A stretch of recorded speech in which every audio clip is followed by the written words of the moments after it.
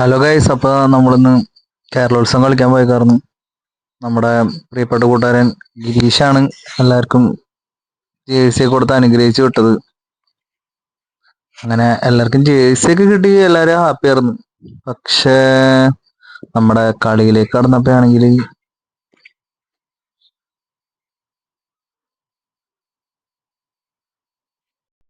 ചെറിയ ചെറിയ പ്രശ്നങ്ങളായി. കാരണം എന്താ വെച്ചാൽ നമ്മുടെ ഗോളിക്ക് റെഡ് കാർഡ് കിട്ടി.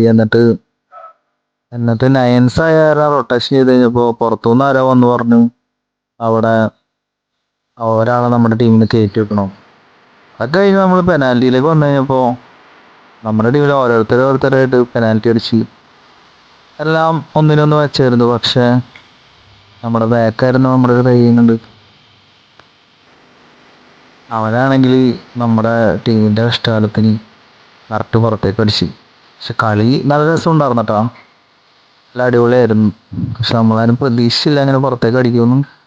അത് കാരണമാണ് പണിയായി പോയത്. അല്ലെന്ന് വെച്ചാൽ നമുക്കൊന്ന് കയറായിരുന്നു. കാരണം അത്യാവശ്യം നല്ല ടീം ഉണ്ടായിരുന്നു നമ്മുടെ ടീം. എല്ലാവരും പെനാൽറ്റി അടിക്കുന്നതാണ് നമ്മളിപ്പോൾ സ്ക്രീനിൽ കാണിച്ചുകൊണ്ടിരിക്കുന്നത്. അത്യാവശ്യം എല്ലാവരും പ്ലേസ് ചെയ്താണ് കളിച്ചത്. പക്ഷെ എന്നാൽ പോലും നമ്മുടെ ഗോളിന്റെ പയ്യൻ ഒരെണ്ണം പുറത്തെടുത്ത് കളഞ്ഞല്ല. അത് കഴിഞ്ഞ് അവൻ തന്നെ നമുക്ക് സേവ് ചെയ്ത് തന്നു. പക്ഷെ എന്താന്ന് വെച്ചാൽ സഡൻ ഡെത്തിൽ വേറൊരു പയ്യൻ പുറത്തേക്ക് അടിച്ചു കളഞ്ഞു. അതോടുകൂടി നമ്മുടെ ടീം സെക്കൻഡ് റൗണ്ടിൽ പുറത്താവുകയാണ് ചെയ്തത്.